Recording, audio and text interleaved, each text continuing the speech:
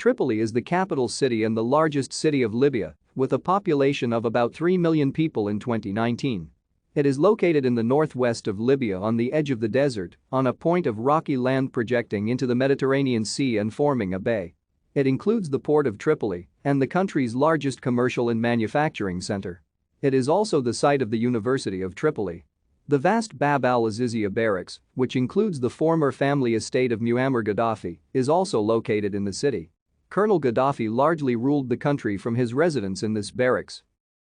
Tripoli was founded in the 7th century BC by the Phoenicians, who gave it the Libyco-Berber name Oyot, before passing into the hands of the Greek rulers of Cyrenaica as a. Due to the city's long history, there are many sites of archaeological significance in Tripoli. Tripoli may also refer to the Shabiya, the Tripoli district. In the Arab world, Tripoli is also known as Tripoli of the West, to distinguish it from its Phoenician sister city Tripoli, Lebanon, known in Arabic as Lar Bulis al-Sham, meaning Levantine Tripoli. Thank you for watching. Like and subscribe if you would like to view more of our videos.